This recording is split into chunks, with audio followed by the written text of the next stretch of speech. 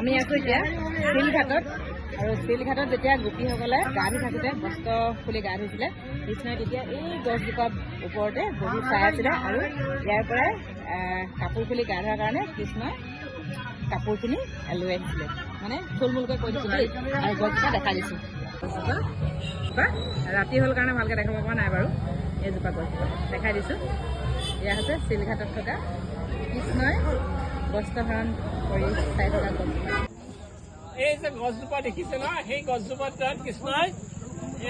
উঠিছিলে আৰু এতিয়া গোপী ভাল কথা এটা কৈ আছে এই গছজোপা কৃষ্ণই তাতে উঠি আছিল গোপীসকলে ইয়াতে গা ধুই আছিলে যমুনাত বস্ত্ৰ খুলি হা তাৰপিছত তেওঁলোকে যে বস্ত্ৰ খুলি ওপৰত লৈ গ'ল যে যমুনা নদী এই গছডাল এতিয়াও আছে একদম ভৰ বাৰিষা সেই দ্ৰাপৰ যুগত এই যমুনাখন যেতিয়া একদম এতিয়াই মানে আহি পাইছে তেতিয়া কি মানে পুৰা এইবোৰ চব যমুনা আছিলে আগলৈ আগে কথা না তো এই ইয়াতে বস্ত্ৰহৰণ কৰিছিল বস্ত্ৰহৰণ এটা কথা আছে কৃষ্ণই বস্ত্ৰহৰণ কৰাৰ কাৰণে মানুহবোৰে বিৰাট বেয়া বেয়া কথা কয়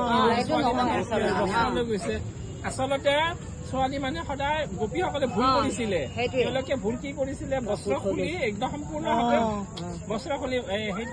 গা ধুইছিলে আমি এনে সম্পূৰ্ণৰূপে বস্ত্ৰ খুলি গা ধুব নালাগে বৰুণদেৱই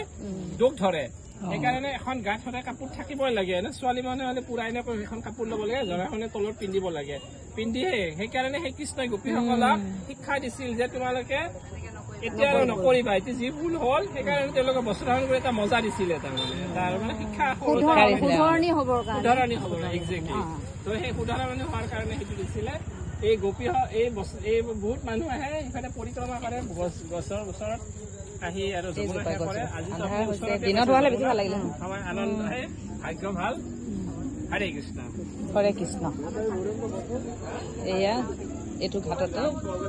গোপীসকলে গা ধুইছিলে আৰু আমাৰ প্ৰভুদেৱে গোটেইখিনিক ক'লে আপোনালোকে চাই লওক আৰু